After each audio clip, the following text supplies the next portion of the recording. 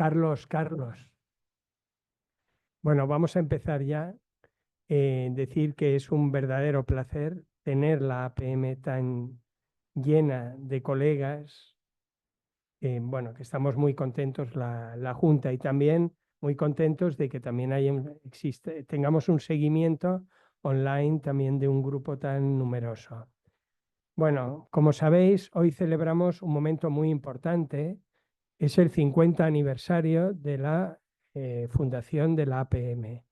No en la IPA. En la IPA tardamos 7 años más y imagino que en ese momento haremos una celebración muy especial también. Pero a la Junta nos parecía que también es un momento importante para celebrarlo entre nosotros, para recordar nuestra historia, además con dos de sus protagonistas, más todos los protagonistas que estáis aquí y algunos que estaréis online, porque es muy bonito también que te cuenten la historia, no que te la cuenten, sino te la narren desde la propia experiencia y de las propias vivencias. Y nos pareció que también tanto Marisa Muñoz y Rafael Cruz Roche, pues son dos personas muy significativas. Rafael Curroche es el presidente más antiguo. Luego haré una presentación más extensa cuando él hable. Y Marisa es la historiadora de la APM, aparte de también ser la presidenta más antigua después de Rafael. También, ¿no? Eh, nuestro presente no se puede entender sin nuestra historia, sin nuestros orígenes. Como sabemos, todos los analistas. Hoy hemos empezado un poco a trompicones, como de alguna forma fue la historia de esta asociación, donde estuvo primero Ángel Garma, como nos contará Marisa, después Ángel Garma emigró por la guerra civil, más adelante Margarita Steinberg vino aquí, o Steinbach, no sé si me equivoco, Steinbach. Vino aquí, pero a los pocos años también falleció. Se desperdigaron los analistas españoles buscando formación, pero al final se consiguió, bueno, formamos primero con la Sociedad Española, pero después nos independizamos. Y al final somos la Asociación Psicoanalítica de Madrid también, ¿no? Eh, Pensamos también que es un momento importante, no solo para celebrarlo, sino para expresar nuestra gratitud y homenajear a todos aquellos gracias a los cuales nuestra asociación psicoanalítica existe, ¿no? Y bueno, eso desde la Junta nos parece muy importante. Este acto se va a grabar de manera que todos puedan luego seguirlo. Nos parece también que los miembros más jóvenes es importante que conozcan su historia, que sepan en qué institución están y que también sepan que ellos son el relevo y la esperanza de que esta asociación continúe. Pero también nos parece que es importante, que es un momento también para homenajear a todos los analistas, todos juntas, todos los que han cogido luego las riendas y que han ayudado a que seamos lo que somos. Y ahora yo ya me callo y bueno, doy la palabra, pero bueno, primero antes de dar la palabra, primero a Marisa, porque Marisa va a hablar también de la historia previa a ser la APM, luego Rafael hablará a continuación. Voy a presentar a Marisa, aunque en realidad bueno, primero también decir que ha habido mucha gente que ha expresado que no podía venir, que lo lamentaba. No voy a citar a unos porque si cito a unos me dejaré a otros, pero bueno, que ha habido mucha gente y muy agradecidos, valorando mucho que se organizase una actividad así. Bueno, Marisa fue presidenta de la APM de 1996 a 99.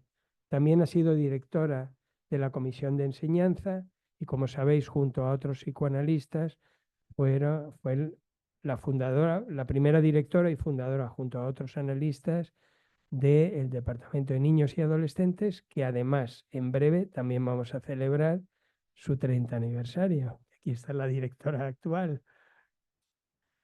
Bueno, aparte de todo lo que ella ha contribuido y que siempre sigue contribuyendo, también es historiadora.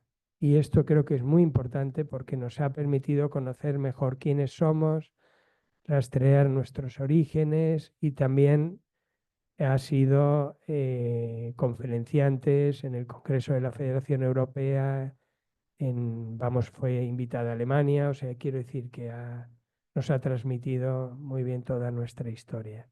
Y bueno, Marisa, si quieres añadir algo, añades algo, si no, ya No, te no, doy al la palabra. contrario. Lo único que añado es pedir perdón por haber llegado tarde. Pero bueno, espera, bueno, me da igual. El que estorbe menos, porque estos estorban siempre un poquito. Espera. ¿Se oye bien? Vale. Bueno, pues lamento haber llegado un poco tarde. Había también un follón en Atocha, no sé si alguno tenéis que pasar por allí, pero es la muerte, porque no hay forma de cruzarlo. Bueno, tienes que pegártelo un poquito más vale, vale, vale. ¿Sabes? Ya, Si no, vale. ¿Me oyen? ¿No? Pues yo, pero ahora no me lo puedo pegar más, a no ser que me lo meta en la boca, pero vamos.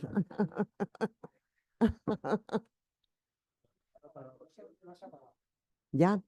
¿Se oye o no se oye? ¿Se sen o no se sen, como dirían los catalanes? Sí, se te oye muy bien, Marisa, sí. ¿Perdón? Se oye muy bien. Ah, vale, vale. Estupendo, entonces. Pilar, no sé si tienes la foto que la debíais de tener por ahí. Bueno, me parece que era Ana Freud que decía que los psicoanalistas todos teníamos, además de ser psicoanalistas, otro otro destino, otra profesión. Y yo realmente soy historiadora, tengo dentro de la Universidad Complutense de Madrid los títulos de haber hecho psicoanálisis, haber hecho psicología y al mismo tiempo también haber hecho la especialidad de historia. Entonces me pareció muy importante intentar entender cómo había sido la historia realmente del psicoanálisis, cómo había llegado a España y cómo había sido su entrada dentro de nuestro podríamos decir, país, cuando también las historias de la entrada del psicoanálisis en los distintos, en Francia, en Italia y demás, han tenido una... Ah, mira, me parece muy bien. Luego lo ponemos, perfecto. Sí, vale, vale, vale. Bueno, entonces, bueno, a partir de ya esta introducción me voy a decir, a lo largo de la mitad del siglo XIX y los primeros decenios del siglo XX, se sucederán en España importantes cambios políticos y culturales. La mayoría de los intelectuales tomarán partido por la libertad y el progreso, luchando por una dinamización cultural y social del país. En este clima de apertura y de contacto con las corrientes europeas, las obras de Freud y de sus discípulos, así como las de sus críticos, serán pronto conocidas en España. En 1893, escasamente 2 meses, es importante, 2 meses después de su publicación en la Neurologische Zentralblatt de Viena, encontramos ya publicado en 2 revistas científicas españolas, la Gaceta Médica de Granada y la Revista de Ciencias Médicas de Barcelona, los mecanismos psíquicos de los fenómenos histéricos de los doctores Breuer y Sigmund Freud. Conoceréis que es la primera obra de Sigmund Freud, precisamente. Este hecho, que según Strachey sorprendió al mismo Freud, prueba la permeabilidad científica española ante las publicaciones extranjeras. En 1911, Ortega y Gasset escribe un amplio ensayo, El psicoanálisis, ciencia problemática, publicado en La Lectura en Madrid, y su tercer capítulo, El secreto de los sueños, apareció también simultáneamente en la prensa de Buenos Aires. Ortega presenta el psicoanálisis al público no profesional, reconociendo su importancia y la actualidad en los círculos intelectuales y científicos europeos y americanos. Ortega reconoce la importancia de las aportaciones freudianas hasta el punto de recomendar insistentemente a Ruiz Castillo, director de Biblioteca Nueva, ponerse en contacto con el doctor Freud y firmar un contrato con él para la publicación de toda su obra, presente y futura, en castellano. De la presencia de Freud entre los científicos españoles nos da muestra también un reciente libro, Los sueños de Cajal, que nos presentan al Nobel español y su interés permanente por los sueños, hasta el punto de transcribir sus sueños y ensoñaciones durante gran parte de su vida. Uf, voy a comerme. La magnitud e importancia de la obra de Freud, publicada en esos años, la relación científica de los psiquiatras españoles con la psiquiatría alemana y francesa, los artículos de Ortega y Gasset y la aparición de las obras de Freud en español obligará a los psiquiatras españoles a un conocimiento de la obra freudiana y a un pronunciamiento científico ante la misma. Los más eminentes psiquiatras de estos años publicarán diversas obras y artículos analizando la obra freudiana. Aunque serán pocos entre ellos los detractores totales, también serán pocos los totalmente convencidos. En contraste con la escasa y ambivalente contribución de los científicos españoles al psicoanálisis, cabe destacar la importante contribución de la lengua castellana a la difusión y conocimiento de la obra de Freud. La publicación de los mecanismos psíquicos de los fenómenos histéricos en la Gaceta de Granada, según Strachey, fue la primera traducción de una obra psicológica de Freud. El español Ruiz Castillo fue también el primer editor que se dirigió a Freud para publicar sus obras completas, encargando su traducción a López Ballesteros. En 1922 aparece el primer tomo de las obras de Freud con un prólogo de Ortega y Gasset. Era tanto el interés de la editorial Biblioteca Nueva que tenía por la publicación de las obras que durante los años de la Primera Guerra Mundial los ejemplares se enviaron a España en valija diplomática para no retrasar las entregas. La aparición de los 16 volúmenes que se realizó de 1922 a 1932 fue casi simultánea a la primera recopilación de los escritos originales de la Gesammelte Schriften. El 7 de mayo de 1923, Freud dirige una carta a López Ballesteros, traductor de sus obras al español. Siendo yo, le dice Freud a Ballesteros, siendo yo un joven estudiante, el deseo de leer al inmortal Don Quijote en el original cervantino me llevó a aprender sin maestros la bella lengua castellana.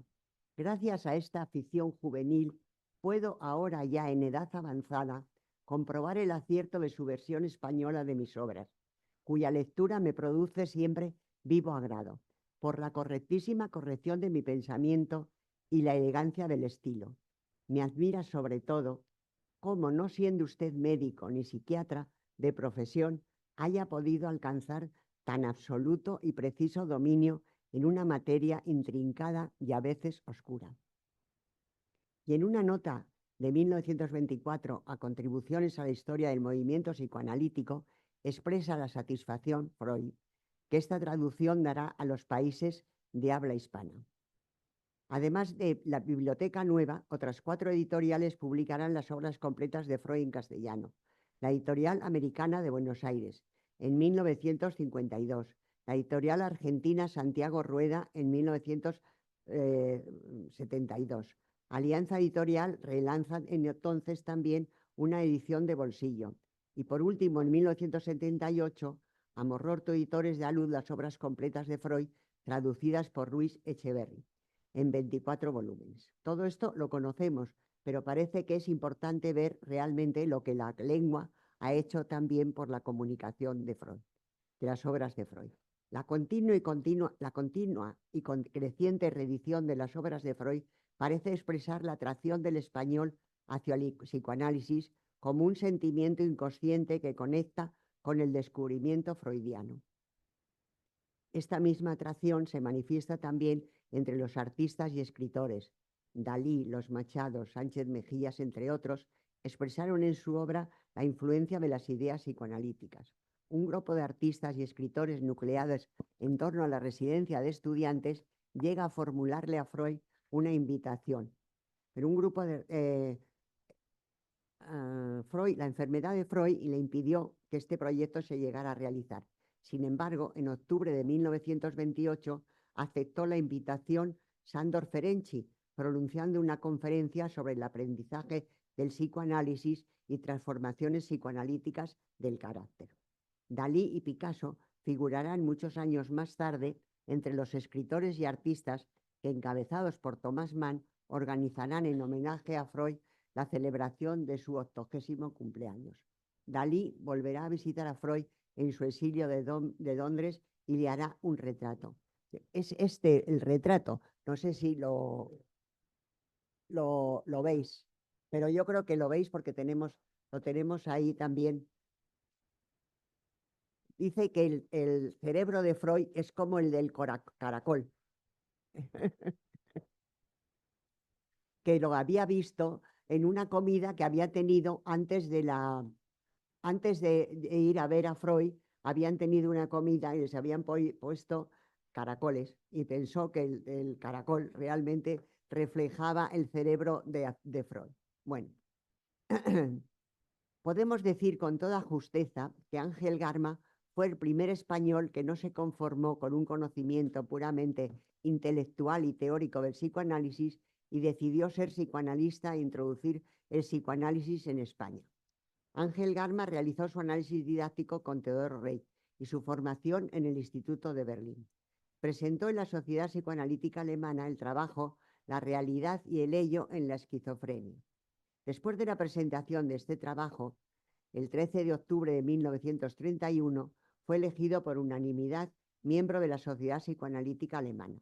En noviembre de 1931 vuelve Ángel Garma a Madrid, iniciando su actividad como psicoanalista con el deseo fundamental de organizar un grupo psicoanalítico y dar a conocer el psicoanálisis en España. Con esta intención, comienza a analizar a un grupo de personas que deseaban formarse como psicoanalistas, entre ellas Jerónimo Molina, José Solís, Mariano Bustamante. Ángel Garma, en comunicación personal, se lamentaba de no haber podido formar en esos años un grupo psicoanalítico como él deseaba, y haber tenido que enfrentar muchas dificultades y oposiciones muy penosas en relación con su labor psicoanalítica. Durante su estancia en Madrid, publica un total de 19 artículos y un libro, El psicoanálisis, la neurosis y la sociedad, donde quiere, como él mismo expresa en la introducción, exponer las bases del psicoanálisis juntamente con sus aplicaciones terapéuticas y sociales. El libro apareció prologado con una carta de Toro Rey que dirige a Garma. Nos parece interesante transcribir parte de esta carta en la que Teodoro Reik resume en pocas líneas lo que fue el objetivo fundamental de Garma durante sus años de actividad en Madrid. Yo ya sé, dice Reik, que los conocimientos teóricos del psicoanálisis son bastante conocidos por los psiquiatras y psicólogos de su hermoso país, pero sé también que pocos han comprendido que solamente aquel que se somete a un psicoanálisis profundo puede adquirir un conocimiento verdadero de este método psicológico. ¿Ha sentido usted la necesidad de hacer profundizar el conocimiento del psicoanálisis en la patria querida, de destruir confusiones que allí se habían creado y de demostrar a los colegas las posibilidades del método de la psicología profunda? La Guerra Civil Española, que estalló en julio de 1936, rompió esas expectativas. Garma, que al estallar la guerra se encontraba en Francia, decide no regresar, quedándose en el país vecino hasta 1938, en que marcha a Argentina, a Buenos Aires, llevado por sus lazos familiares. En Argentina, Ángel Garma, junto con un grupo de pioneros, Celes Cárcamo, con quien había contactado en París, Raskowski, Pichot Rivière, María Langer, Ferrari Jardoy, realizará el sueño que no había podido realizar en España, la formación de la Sociedad Argentina de Psicoanálisis. Mientras tanto, en España tendrán que pasar algo más de 10 años y 2 guerras, una civil y otra mundial, para que de nuevo el interés por el psicoanálisis cobre el impulso necesario para llegar a formar una sociedad psicoanalítica. A finales de los años 40, en una España empobrecida por la guerra y aislada política y culturalmente por la dictadura, Dos pequeños grupos de psiquiatras e intelectuales, uno en Madrid y otro en Barcelona, iniciarán un lento y dificultoso camino para adquirir una formación psicoanalítica y conseguir la introducción y desarrollo del psicoanálisis en España.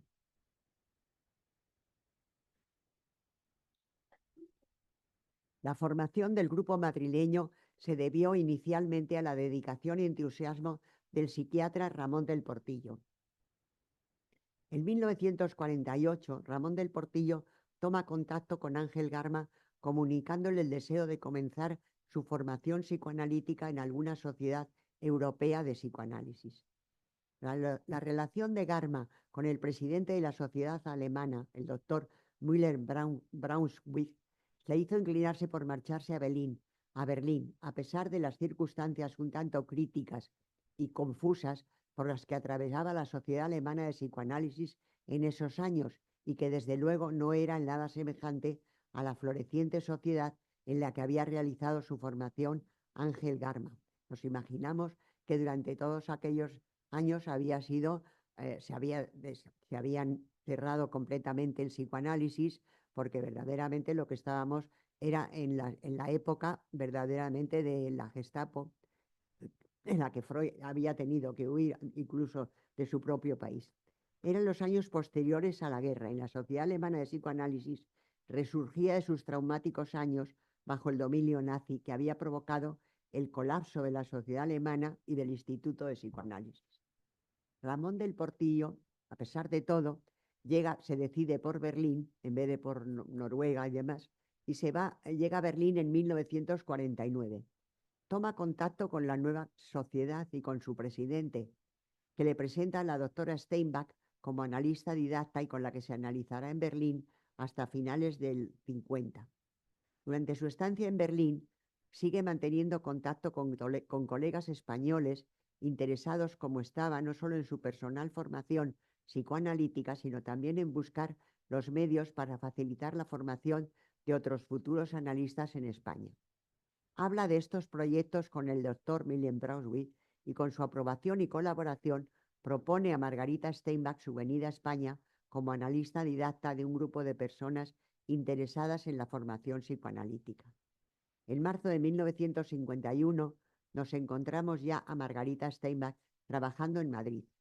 En carta dirigida a Müller-Braunschweig fechada el 16 de marzo de 1951 dice: «Me parece un sueño, pero es un hecho que estoy ya 9 días enteros en Madrid. Ya hago análisis desde hace 2 días».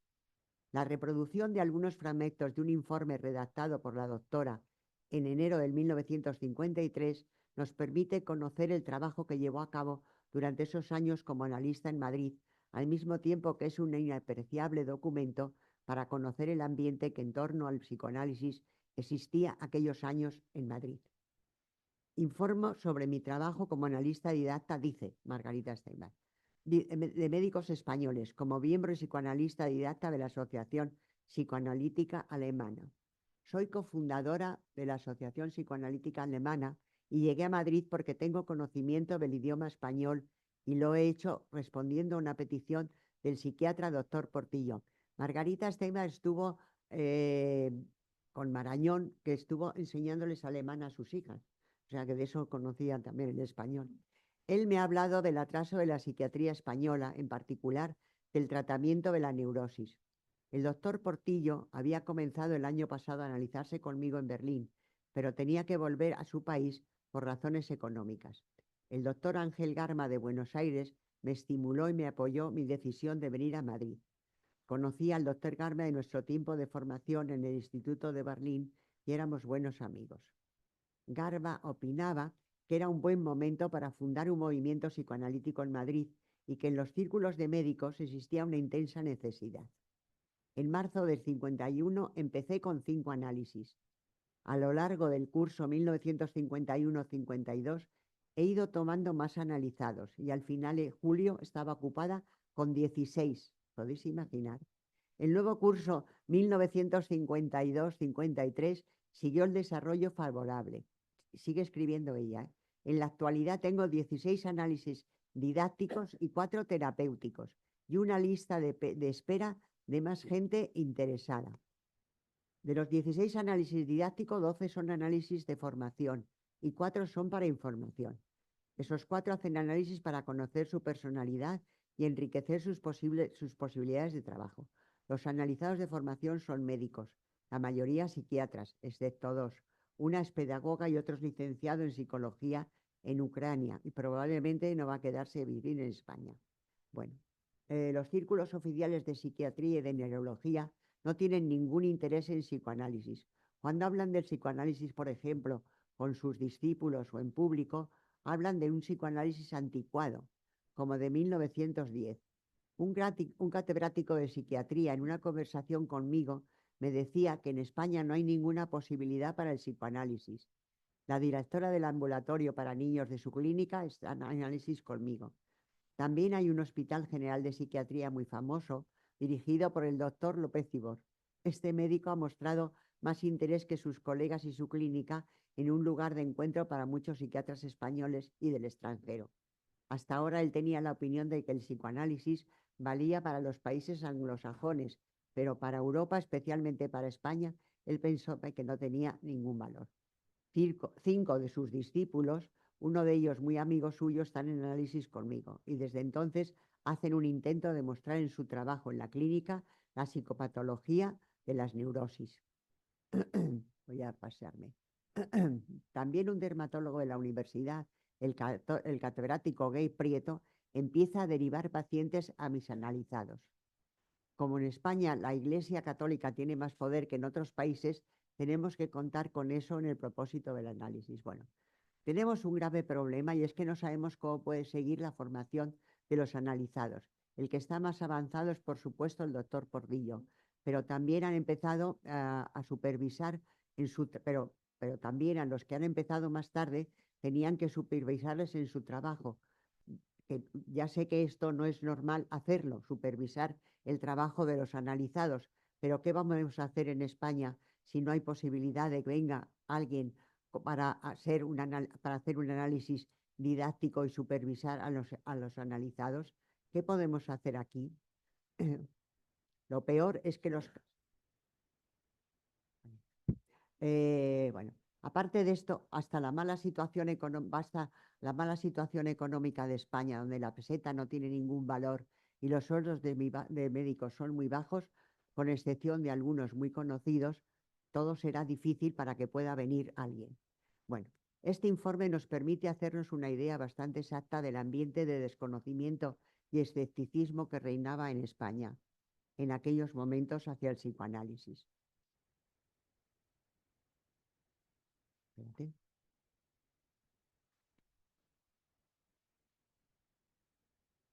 En 1953, Margarita Steinbach, Ramón del Portillo, María Teresa Ruiz, Eduardo Blaise y María Luisa asisten en Londres al Congreso de la IPA, donde se estudia la petición de reconocimiento presentada por los grupos de Madrid y de Barcelona.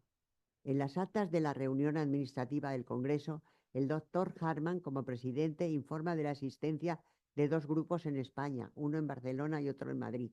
Bueno, según se refleja en el acta, ambos grupos desean ser reconocidos, pero no siendo a juicio del Comité Ejecutivo la situación lo suficientemente clara como para tomar una decisión, se recomienda al Grupo de Madrid ponerse en contacto con el Instituto en París y al Grupo de Barcelona el doctor Jones le visitará en el verano. Bueno, en 1954 el Ministerio de Gobernación español aprueba la constitución y funcionamiento de la Asociación Psicoanalítica de España. Margarita Steinbach, que había colaborado con el grupo, muere el 9 de abril. Y a la muerte de Margarita Steinbach, los miembros del grupo van a seguir distintos caminos para continuar su formación psicoanalítica. Carolina Zamora y Julia Carominas se ponen en contacto con el doctor Nach, director del Instituto en Psicoanálisis en París, Jesús Apercejo más a Ginebra, siguiendo los cursos de formación en la Sociedad Suiza. Ramón del Portillo, María Teresa Ruiz y Eduardo Blaise se van a analizar a Buenos Aires y bueno, y es que me quiero adelantar. Bueno, entonces se crean los grupos. Como decía anteriormente, en Barcelona y por los mismos años, un grupo de psiquiatras e intelectuales catalanes había iniciado distintas actividades en torno al psicoanálisis. Durante los años 53 y 54 se habían iniciado distintos contactos entre Nuria, Fol, Rayo y Pertejo, Luces y Alvin de Lisboa, hasta que llegan a formar un grupo de estudios reconocido por la IPA. En noviembre del 56 se reúnen los doctores Bolfil, Fol, Nuria, Luces, Alvin, miembros de la Sociedad Suiza de Psicoanálisis, las doctoras Carolina Zamora y Julia Corominas, miembro de la Sociedad Psicoanalítica de París, para formar la Sociedad Luso-Española de Psicoanálisis y formular la petición de reconocimiento a la API. En julio de 1957 la API reconoce a la Sociedad Luso-Española de Psicoanálisis como grupo de estudio. Sigo. Durante los años siguientes, el grupo de uso español va a desarrollar un intenso programa formativo, pero en el 66 los miembros portugueses deciden formar una sociedad suya y dejan al grupo independiente. Entonces se crea la Comisión de la Sociedad Española de Psicoanálisis, que conformaba la sociedad catalana y la sociedad y los analistas de Madrid. Al mismo tiempo que el número de miembros, la constitución de la Sociedad Psicoanalítica de Madrid, al mismo tiempo que el número de miembros formado en la sociedad española aumentaba, analistas españoles formados en otras sociedades y analistas miembros titulares de otras sociedades deciden trasladar su residencia a España e incorporarse a la Sociedad Española de Psicoanálisis. La inmediata incorporación de los psicoanalistas de la Asociación Argentina, Juan Francisco Rodríguez, Jaime y Pola Tomás, a las tareas formativas de la sociedad, hacen considerar a los psicoanalistas de Madrid la conveniencia y posibilidad de organizar una sociedad psicoanalítica madrileña, independiente de la Sociedad Española de Psicoanálisis, para promover el mayor desarrollo del psicoanálisis en Madrid. Esta propuesta se estudia en la IPA y es reconocido el Grupo Psicoanalítico de Madrid en 1973. Y el 13 de febrero de 1974 se funda la Asociación Psicoanalítica de Madrid, de la APM. El 10 de octubre es reconocida por el Ministerio de Educación y son visados sus estatutos. Es lo que estamos conmemorando hoy. José Rayo es nombrado su presidente. Y en 1974 se celebra el Congreso de Lengua Romana. En el 75, la muerte de Franco cambia radicalmente el panorama político español, y el régimen democrático y de libertades que se establece en España permitirá una mayor difusión y desarrollo del psicoanálisis. En el 75 se incorpora al grupo psicoanalítico Carlos Sequena, psicoanalista uruguayo. En el 76 los doctores León y Rebeca Greenberg llegan a Madrid y se incorporan en el 79 a la Asociación Psicoanalítica. La Asociación Psicoanalítica en Madrid fue reconocida como sociedad provisional en el 31 Congreso de la IPA celebrado en Nueva York. Y en el 79, celebrado en Helsinki, es reconocida como sociedad componente, eligiéndose Madrid como sede del 33 Congreso Internacional. En 1911, Ortega y Gasset, en su artículo El psicoanálisis, ciencia problemática, afirmaba: si las ideas de Freud llegan a triunfar en la ciencia, no podemos prever las transformaciones que impondrán a la pedagogía, la historia y la ética. Hoy, un siglo después de esas palabras, podemos decir que si bien la introducción del psicoanálisis en España no ha sido rápida, sin embargo, gran parte de las ideas psicoanalíticas han triunfado no solo en la pedagogía y en la ética, sino también en la psiquiatría, la medicina, la psicología, la sociología, y un importante número de psicoanalistas trabajan intentando dar una respuesta terapéutica al dolor psíquico, contribuyendo con sus investigaciones a un mejor conocimiento del desarrollo humano normal y patológico. Hasta aquí la historia de cómo se formó la sociedad. Y yo creo que ahora Rafael nos va a decir realmente cómo ha seguido funcionando, cómo realmente la sociedad ha continuado durante todos estos años y cómo se ha ido realmente desarrollando todo lo que era las expectativas desde sus comienzos. Voy a presentar a Rafael, aunque como digo, no necesita presentación porque le conocéis todos.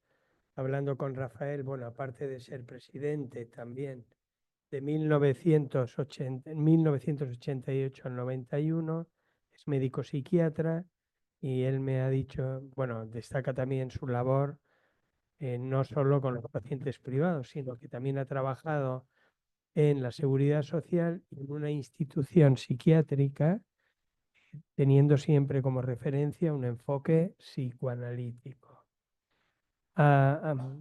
Digamos que ha abordado un amplio espectro de pacientes, ha trabajado con grupos, con niños, adultos, psicóticos también, desde un enfoque psicoanalítico, tanto en el hospital como en su propia práctica clínica, y siempre ha tenido gran interés en mostrar el valor epistemológico del psicoanálisis y en la coherencia y consideración científica del mismo.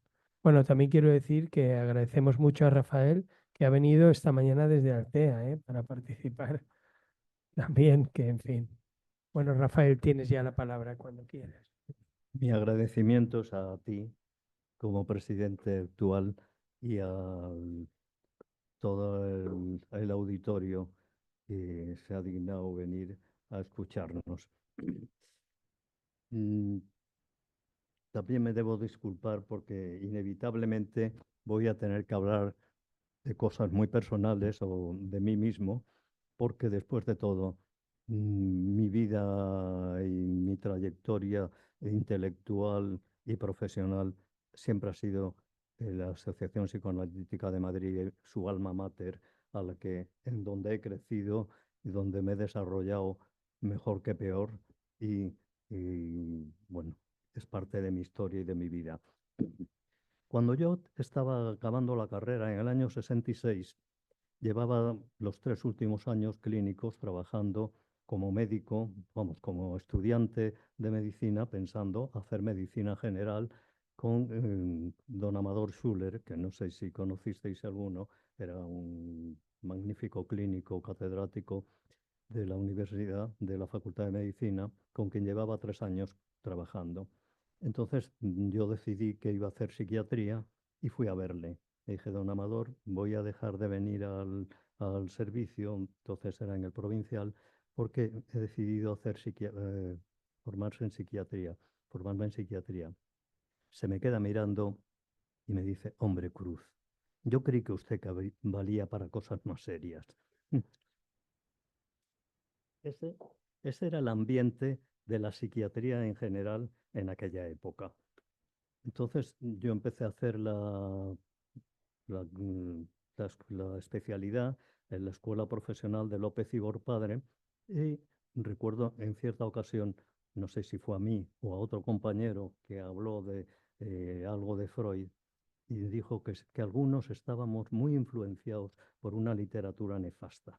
La literatura nefasta era obviamente el freudismo. Y a pesar de todo, bueno, pues uno tenía sus inquietudes y había un grupo que dirigía Jerónimo Molina Núñez en Peñarretama, que la verdad es que era muy folclórico aquello. Entonces era una cosa realmente muy poco presentable. Y, pues me quedé con muy mal sabor de boca respecto al psicoanálisis, pero coincidí con un tal Carmelo Monedero, que luego fue catedrático de psicología y que mm, había empezado a formarse psicoanalíticamente en Viena y luego continuó en Madrid y luego continuó haciendo su vida por cualquier parte. Y me recomendó que también había psicoanalistas más serios. Entonces, bueno, me puse en contacto con María Teresa Ruiz y empecé a hacer un grupo terapéutico. Es porque me había enterado, como citaba no sé quién, que era Freud quizá, ¿no?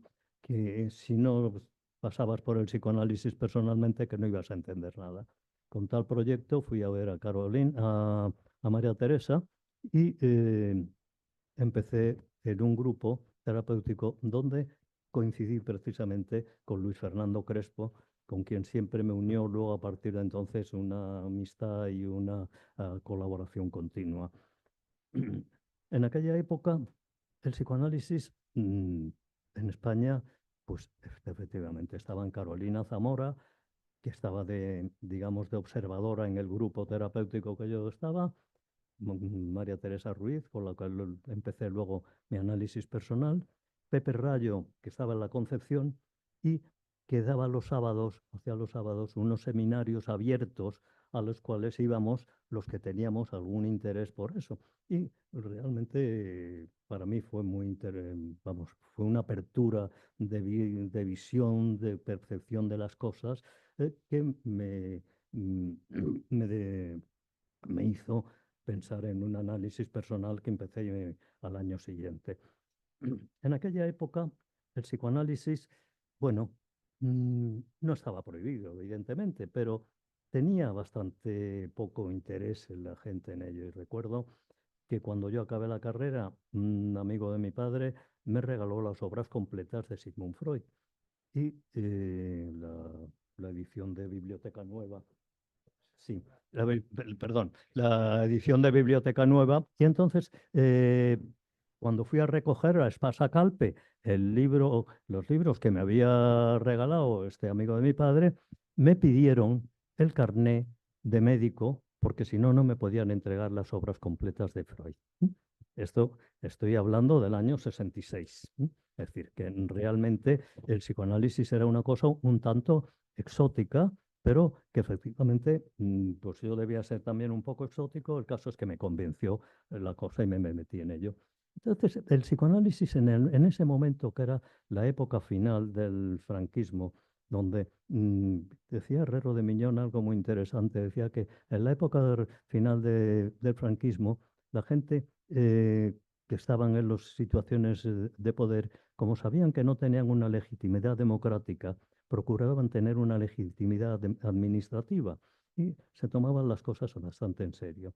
Ahí empezamos, bueno, yo empecé, hice unas oposiciones y acabé en Leganés, donde me encontré de nuevo con Fernando Crespo. Intentamos allí hacer lo que podíamos hacer y entonces, bajo la dirección de Pepe Rayo, hacíamos todos los meses una sesión clínica de servicios psiquiátricos diversos. Por supuesto, de la Concepción estaba también Campoy en el clínico, Acosta y Silvia Pérez Galdós en la Cruz Roja, me parece que era Clara Moon en La Paz, y por supuesto Crespo y yo en los dos pabellones de Leganés. Esto, bueno, en el año 72, me parece que fue, y me aceptan como candidato y conozco a mis compañeros candidatos. Éramos 8 en Madrid, éramos 8, es decir, toda una masa crítica. Y bueno, inmediatamente la APM se convirtió en mi casa intelectual. Y ahí estábamos haciendo lo que podíamos y lo que Dios nos daba a entender. Recuerdo, por ejemplo, que Silvia Pérez Galdós hacía unos seminarios en su casa, unos grupos de lectura de Freud, que José María Maturana recordará, y que contaba con la presencia de un inspector de policía a ver para qué se reunían estos señores. Al final, el pobre inspector de policía se fue aburrido y ya no volvió más y siguieron trabajando tranquilamente. Por aquella época ya empieza, bueno, viene la venida de todas estas personas de otros sitios y empieza a crearse una situación difícil, diría yo. Sobre todo, el psicoanálisis, digamos, la estructura de lo que era la sociedad, la preocupación especial era la formación. Es decir, formar gente nueva, formar nuevos psicoanalistas. Eso parece que ha sido la historia siempre del psicoanálisis, formar nuevos psicoanalistas, pero también, bueno, por razones diversas o personales o de circunstancias, el caso es que también estábamos, y todo dirigido siempre por Pepe Rayo, Y el psicoanálisis era algo más que simplemente el paciente en el diván y el paciente queriendo formarse. Es decir, que la función de la Asociación Psicoanalítica de Madrid tenía que ser más diversa. Las instituciones tienen problemas inevitablemente. Los seres humanos tendemos a socializarnos, pero Kant hablaba ya de la insociable sociabilidad de los seres humanos. Entonces, en las instituciones hay una diferencia entre lo personal y lo institucional que crea siempre conflictos. De eso, Fernando Crespo y yo sabíamos muy bien, porque lo habíamos tenido que luchar en Leganés, donde el psicoanálisis en aquella época se convertía efectivamente en algo novedoso, en algo rompedor. Pero al lado de eso rompedor y novedoso del psicoanálisis frente a la psiquiatría tradicional, por ejemplo, aparecía una izquierda, yo diría, de nuevo folclórica, poco ilustrada, poco desarrollada intelectualmente, bueno, que yo creo que estamos siguiendo viendo la situación de aquello, lo estamos viendo en lo presente. Esa izquierda, sobre todo, lo que le interesaba era, por supuesto, oponerse al franquismo, lo cual yo estaba absolutamente de acuerdo, pero de una forma, digamos, sobre todo de ocupar espacio y de crear situaciones extrañas. Con lo cual, el psicoanálisis ya perdía, digamos, esa cosa social o intelectual de ruptura con la dictadura y empezaba por alguna gente a ser tachado de derechas. De hecho, en Leganés, la Madre Superiora y yo éramos la derecha del hospital simplemente porque pensábamos que a los locos no se les podía dejar salir sin permiso, y sobre todo mis pobres pacientes, que las dejaran preñadas con 16 o 17 años y si no les dábamos permiso. Entonces, bueno, se creaban allí unas situaciones muy conflictivas, pero sobre todo lo que ahí aprendimos, Fernando y yo, es que, bueno, que las instituciones son cosas muy raras y que las instituciones es donde se carga todo la psicosis del personal. Y pues efectivamente la Sociedad Española o la Asociación Psicoanalítica de Madrid no iba a ser una excepción y fueron unos años realmente difíciles. A mí me tocó en el año, ¿qué año? Yo era el 89, 88, 90, 91. Y me tocó ser presidente y previamente había estado de secretario con Juan Francisco Rodríguez, había estado de vocal con María Teresa y con Marisa, y con Juan Francisco también habíamos coincidido. Y bueno, creamos una junta directiva entre Fernando Crespo y yo. Yo fui presidente porque era el único que tenía la acreditación didáctica en aquella época y éramos todos de los compañeros de formación de Madrid de toda la vida. Y eso nos dio como una claridad de que teníamos que hacer cosas distintas, porque hasta aquí, digamos, con la venida de gente muy importante del Río de la Plata, sobre todo, y con la presión de formar psicoanalistas, a todo el que al que llegara se le intentara convencer de que hiciera la formación psicoanalítica, yo creo que eso creaba una situación, digamos, muy unilateral. La comisión de enseñanza, de hecho, llegaba a haber más personas que habían venido con la emigración, con todos los problemas inevitables que es la emigración. La emigración siempre es dolorosa, siempre es distorsionante de nuestra vida personal. Yo he vivido unas pequeñas emigraciones de niño que realmente no eran nada conflictivas, no eran nada dramáticas, pero sí sabía de que eso es conflictivo. Entonces nosotros, cuando nos hicimos cargo de la Junta Directiva, nos vimos en la situación de ver que la Junta Directiva no pintaba nada, que realmente lo que mandaba era la Comisión de Enseñanza. y una comisión de enseñanza donde el grupo originario de Madrid estaba en minoría y se creaba toda la situación conflictiva de gente muy importante que venían de otros sitios a estar en una situación en una sociedad pequeña que no pintaba nada. Entonces, ahí había una situación de conflicto continuo y había una situación también de esquemas referenciales distintos. André Green, hablando de los kleinianos y de los lacanianos, dicen que son esquemas referenciales donde los psicoanalistas los toman de forma militante.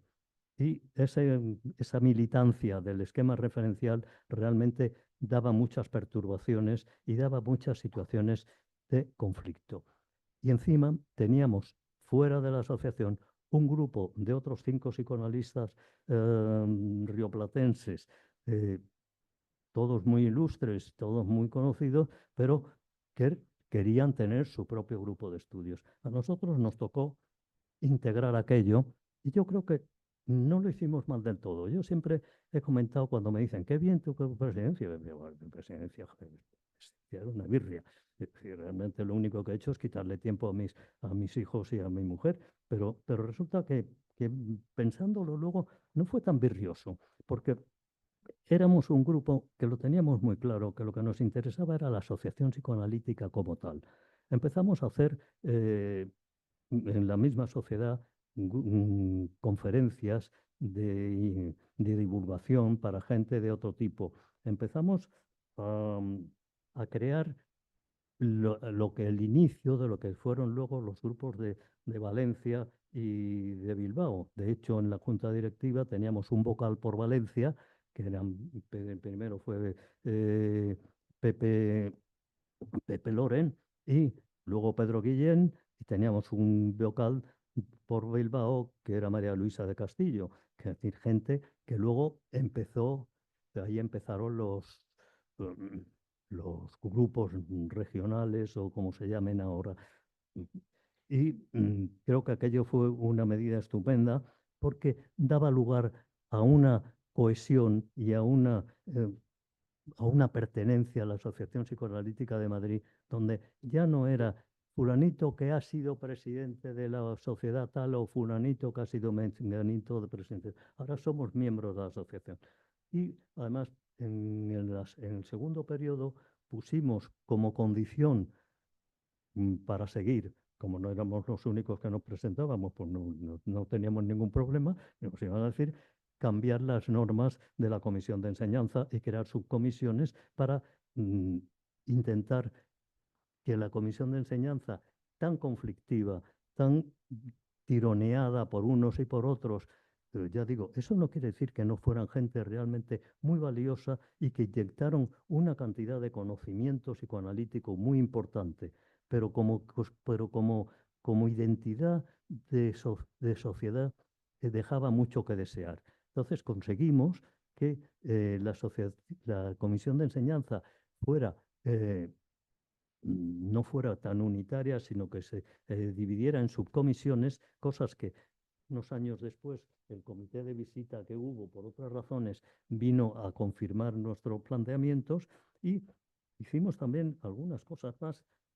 Bueno, una cosa que hicimos las secciones, le llamábamos secciones, la primera sección de niños, lo siento por vuestro olvido, precisamente fue la junta directiva que yo tuve el honor de presidir, fue donde se creó esa primera sección de niños en el año 90.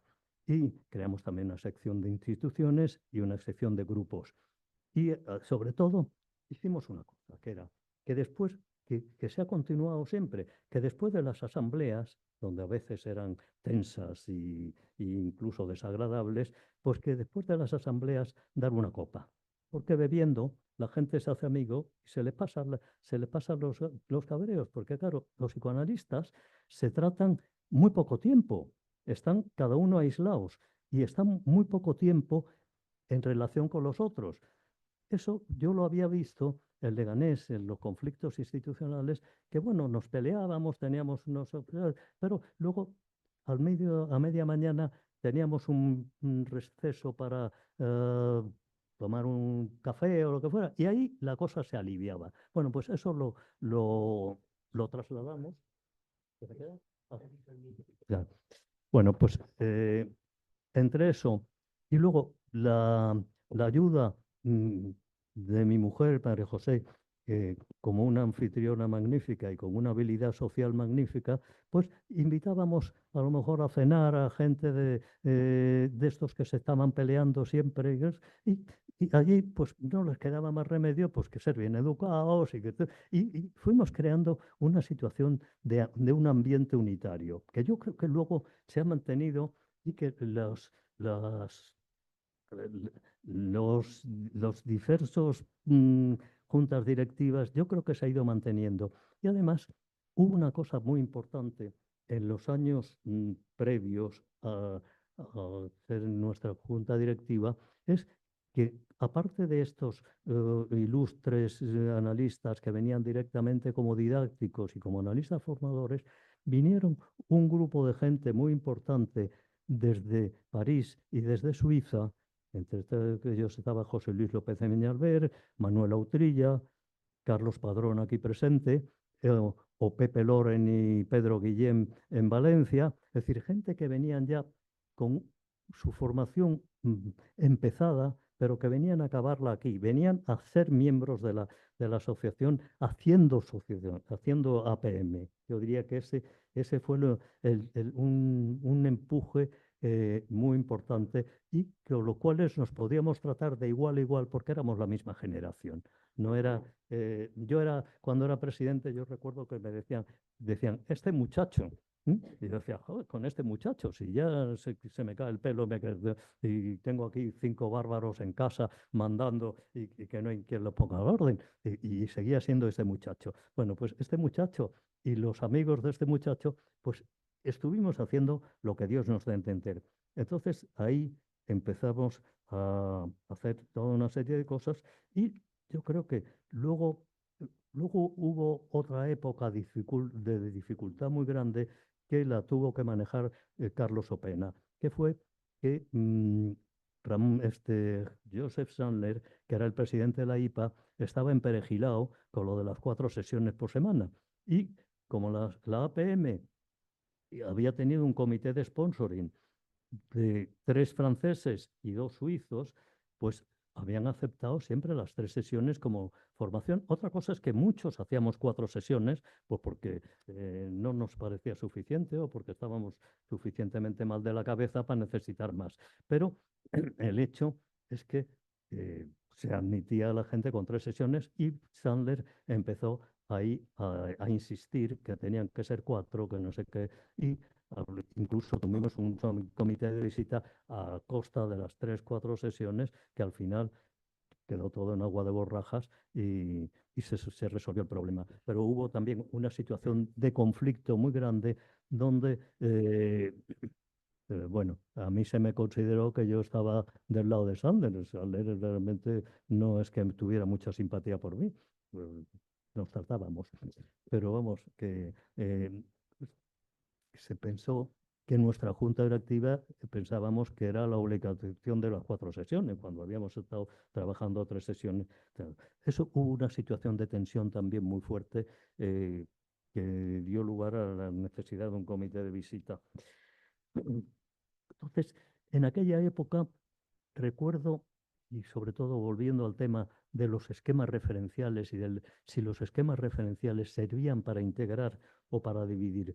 Yo recuerdo mi primer profesor de seminario fue Juan Francisco Rodríguez, con el cual me peleaba continuamente dialécticamente en eso. Decía que yo era un tecapelotas, pero me enseñó una cosa muy grande, que había que había que leer psicoanálisis de todos los que escribieran de psicoanálisis, fuera la psicología del yo, fuera Laplanche, fuera Lacan, etcétera, etcétera.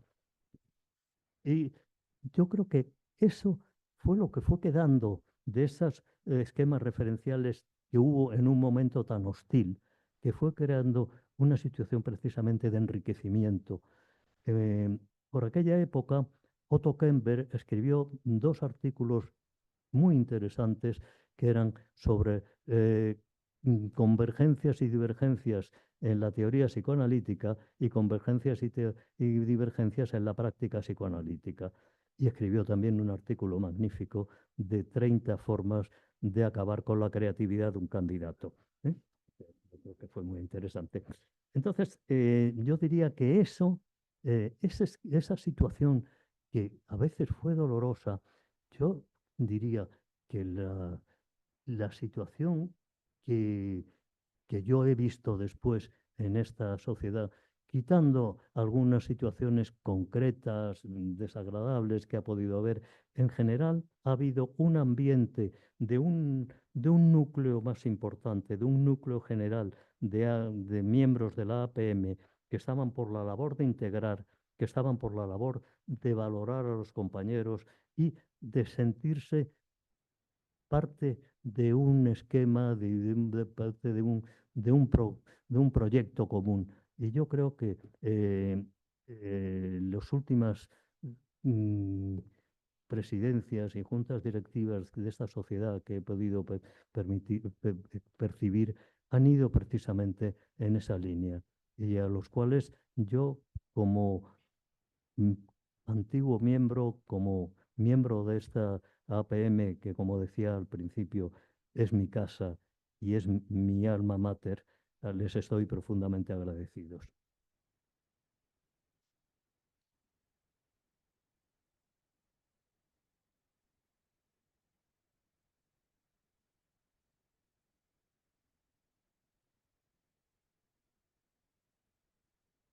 Bueno, muchísimas gracias, Marisa, muchísimas gracias, Rafael.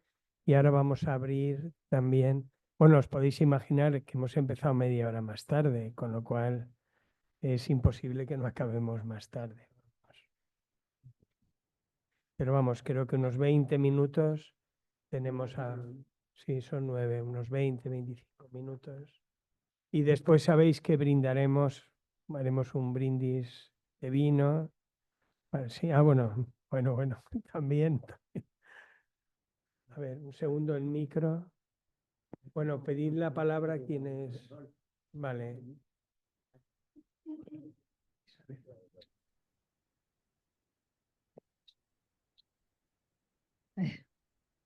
Bueno, yo primeramente quiero dedicar un recuerdo. Identifícate, por favor, decid Ah.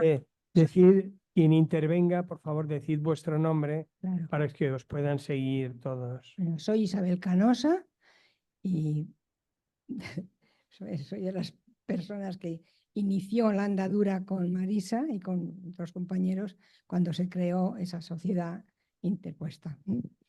Lo que quería comentar antes de nada es dedicar un recuerdo cariñoso a tantos compañeros y amigos que se han quedado en el camino, tantos.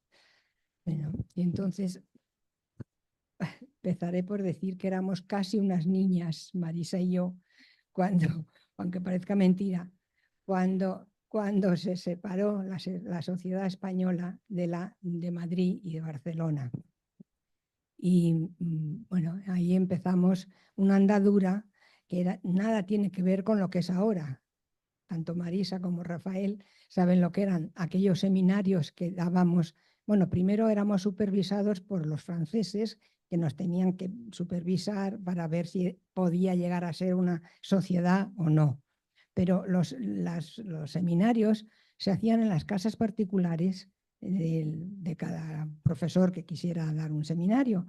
Y tanto Marisa como Rafael recordarán aquellas casas particulares de nuestras profesoras llenas de jaulas de hámster de los niños de las profesoras que daban ruido, hacían ruido y daban vueltas en esto.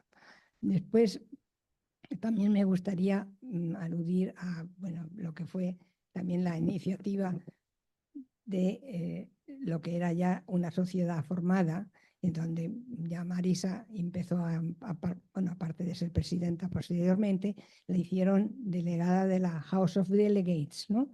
Y ya entonces de los congresos ya íbamos a congresos internacionales, en donde yo recuerdo un internacional donde pasaban los americanos y "Hi Marisa, how are you Marisa? Nice to see you Marisa", era Marisa todo el rato. Y yo le decía, pero Marisa, ¿en qué te entiendes con ellos? Y yo en español, pero me entienden todos. Decía, porque Marisa es muy apta para muchas actividades, menos para el inglés, desde luego. Con anécdotas de ese tipo que teníamos, porque éramos muy pocos. Por ejemplo, Rafael Cruz, cuando a alguien no le interesaba mucho lo que decía, se ponía a leer el periódico en público. Había que llamarle la atención, Rafael, pásate unas... O sea, que era una cosa como muy íntima, muy amigable, muy pequeña. Entonces, bueno, y por ejemplo, Marisa emulaba a lo Andrea Salomé cuando en los seminarios de Juan Francisco se ponía a hacer punto. Claro, ella. Uy, me acuerdo perfectamente. Bueno, era otra APM, que no tenía, porque todavía no era la APM, efectivamente, era un grupo de amigos donde nos encontrábamos, bueno, entretenidos e interesados en que aquello siguiera adelante, como efectivamente siguió y ha seguido. Bueno, nada más. Carlos. Me hace gracia. Yo quiero antes que nada evocar un recuerdo de Enriqueta Moreno, que tuvo tanta importancia también con todos nosotros. Cuando en mi llegada, yo llegué aquí habiendo empezado la formación en Ginebra y sobre todo con esa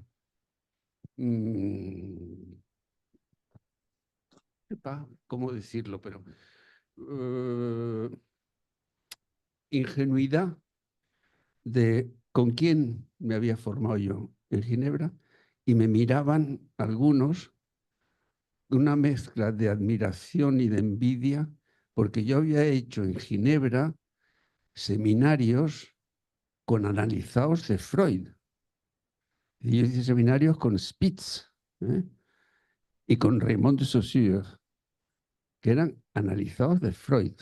O sea que, pero esto, había una curiosidad que luego se vio que eran, pues nada, había hecho seminario con unos señores que sabían mucho y venía aquí a hacer seminarios con otros señores que también sabían mucho. Y yo encontré, sobre todo en Madrid, una acogida calurosa. Yo venía de pasar muchos años en Ginebra, de haberme formado en psiquiatría con la Julia Guerra, etcétera, que no viene al caso, pero que sí cuenta con lo que yo recuerdo de una acogida calurosa aquí en Madrid, lo cual permitió que tuviera que esgrimir esgrimir en el sentido de batirme con los que estaban aquí, pero era algo que yo encontré muy, muy acogedor. En el fondo, yo volvía a mi casa con el alma calentita.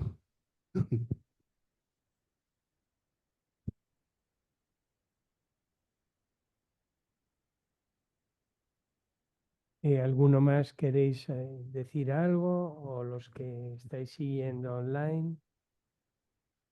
Sí. Bueno, yo muchísimas gracias.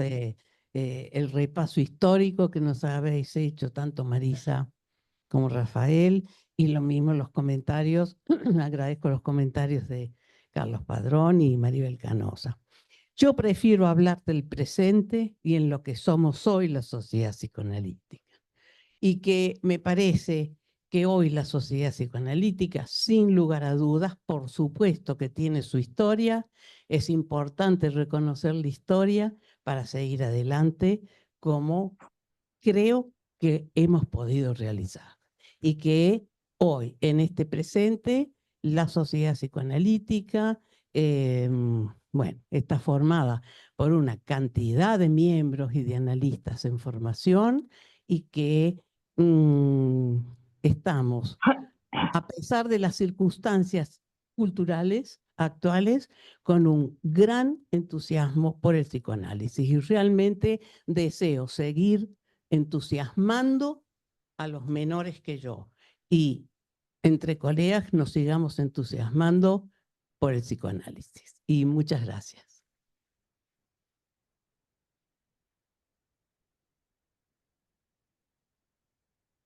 Luis Martín.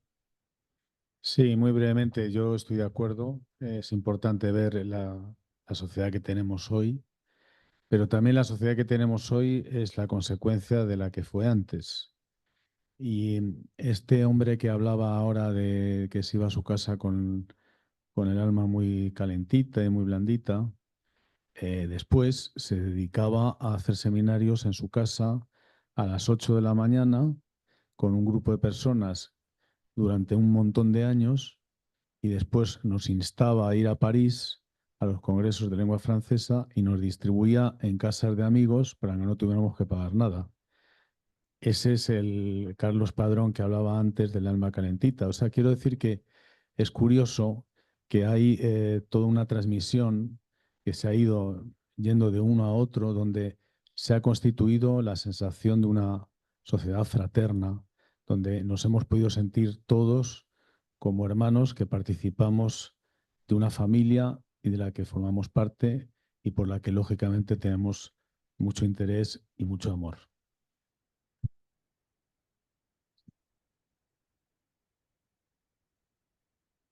Bueno, yo quiero agradecer también a la Junta Directiva este acto conmemorativo, que es realmente un momento de una gran alegría. Las intervenciones de Marisa y Rafael me llevan por un lado a los orígenes, también a los orígenes de mi vínculo con la PM.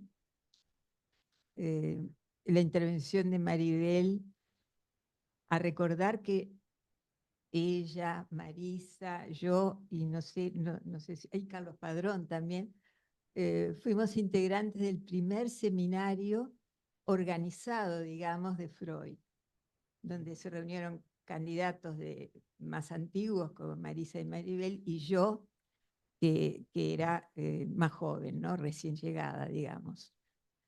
Me hace recordar también a que hay una historia que yo no sé si se conoce mucho, Marisa. Yo te la digo ahora. Yo no he hablado mucho de esto, ¿no? Que en realidad, como faltaban didactas, en un momento dado se buscaba, como dijo Rafael, personas que pudieran venir a formar gente. Y le ofrecieron esto a Willy Baranger, que había ido de Buenos Aires a Montevideo a formar el grupo de Uruguay, la APU.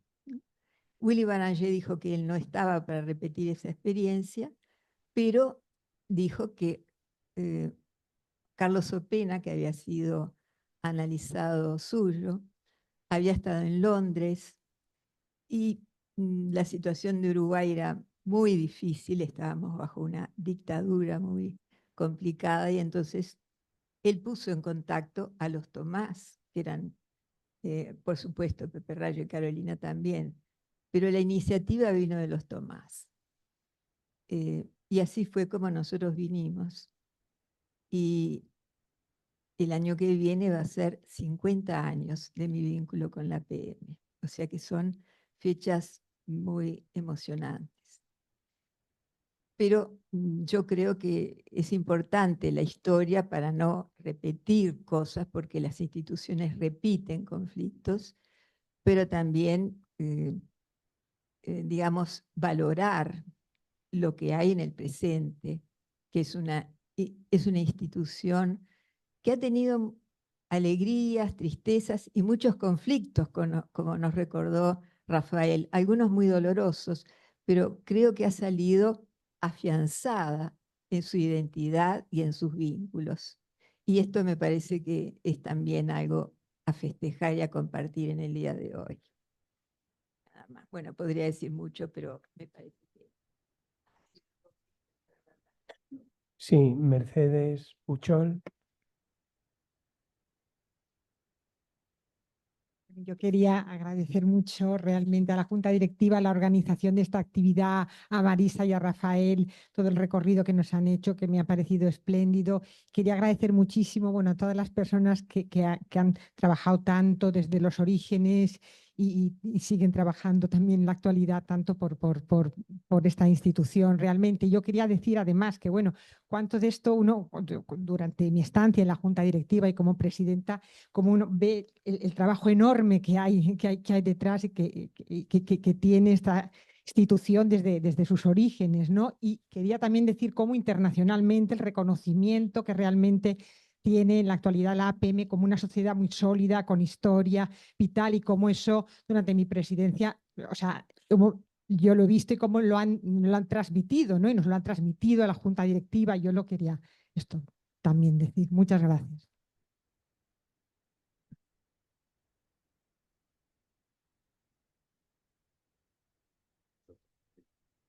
No sé si queréis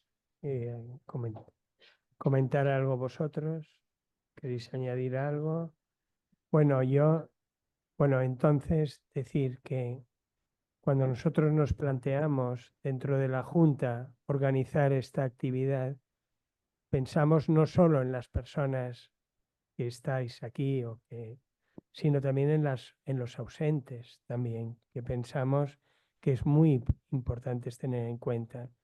Es verdad, como dices, Teresa, que lo importante es el presente, quiénes somos, cómo podemos seguir creciendo, desarrollándonos, pero también es verdad que muchos de los que nos han ayudado han sido nuestros analistas o analistas de nuestros analistas o supervisores, y creo que es cierto que somos una asociación plural, abierta, donde se puede pensar libremente, psicoanalíticamente, donde no solo hay una línea de trabajo, sino que podemos convivir todos. Y creo que eso nos da una gran riqueza también. Y bueno, nosotros también lo planteamos como un homenaje a toda la institución, ¿eh? Un momento que Marisa quiere. ¿Alguien? No, es que no sé. Alguna mano levantada.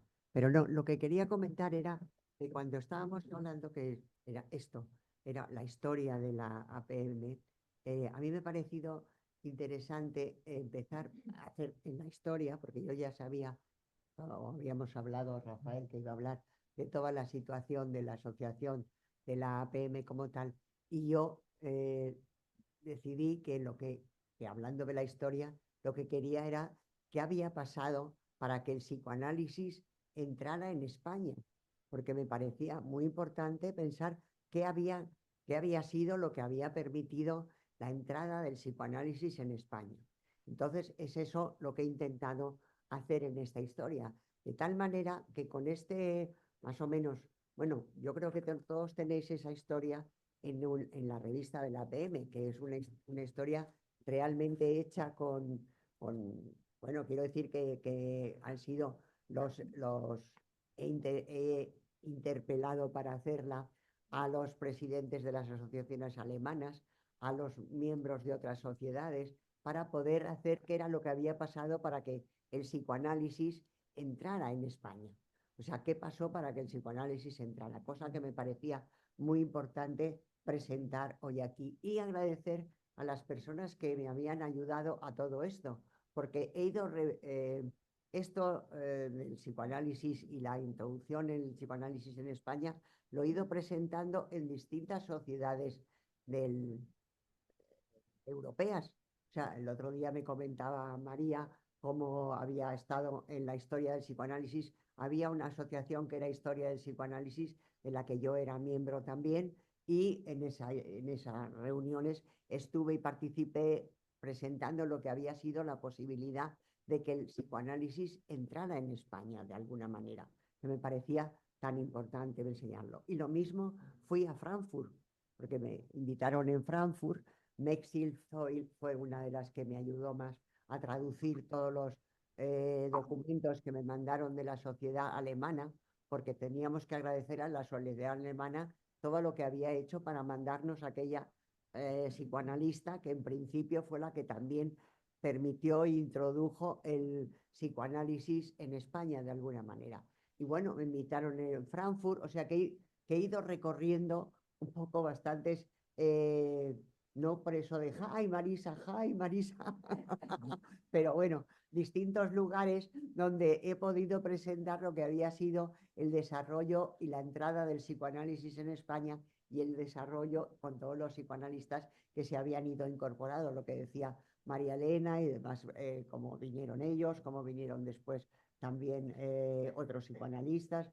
Bueno, en definitiva, transmitiendo todo esto también fuera de la sociedad nuestra, que me parece importante pensar que ha sido algo interesante, incluso en la reunión me parece que fue en el Congreso de la Federación Europea, también se presentó este material, de tal manera que realmente nos parecía importante que la gente conozca cómo ha sido el desarrollo del psicoanálisis en España, de alguna manera. Sí, Rafael, quiere decir unas palabras. Yo creo que más importante que eso es saber por qué no ha sido antes. Es decir, ¿qué pasaba en España? Porque el psicoanálisis tiene una fuerza explicativa y una fuerza intelectual tan grande que yo creo que inevitablemente tiene que surgir. Entonces, en todo caso, lo que tendríamos que pensar es qué límites incluso le ponemos nosotros los psicoanalistas al buen desarrollo del psicoanálisis. Y ahí tenemos que hacer todos un cierto acto de humildad y de saber que, como le decía Winnicott a Melanie Klein, cuando Melanie Klein le criticaba a Margaret Little, le dijo Margaret Little perdón, le dijo Melanie Klein a Margaret Little, a la señora Little le falta análisis. Y Winnicott, que era el presidente de la Británica, le dijo, Mrs. Klein, a todos nos falta análisis. Por favor, esperar sin movernos para que no se mueva nadie, porque si no, no se mueva nadie.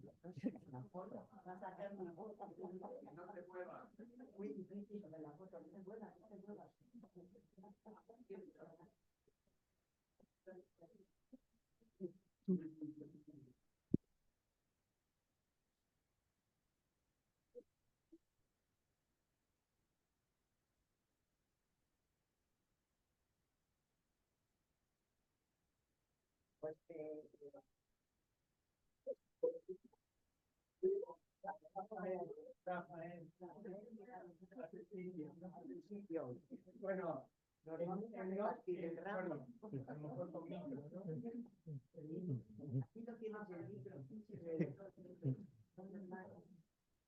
vamos a ver, en nombre de toda la asociación, que hemos querido tener un pequeño detalle que os hacemos, pero os hacemos como representantes de todos los que habéis creado y que nos habéis ayudado a tener la asociación psicoanalítica que hoy tenemos y que esperamos y confiamos que siga creciendo. Marisa, esto es para ti.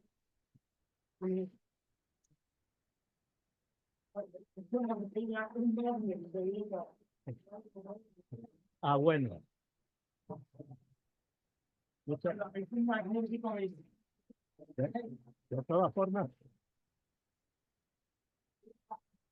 De todas formas, si es para todos los que se lo merecían, deberíais haber dado una caja, por lo menos.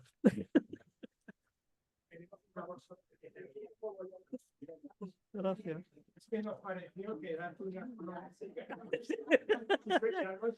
No, si me tenéis muy calados.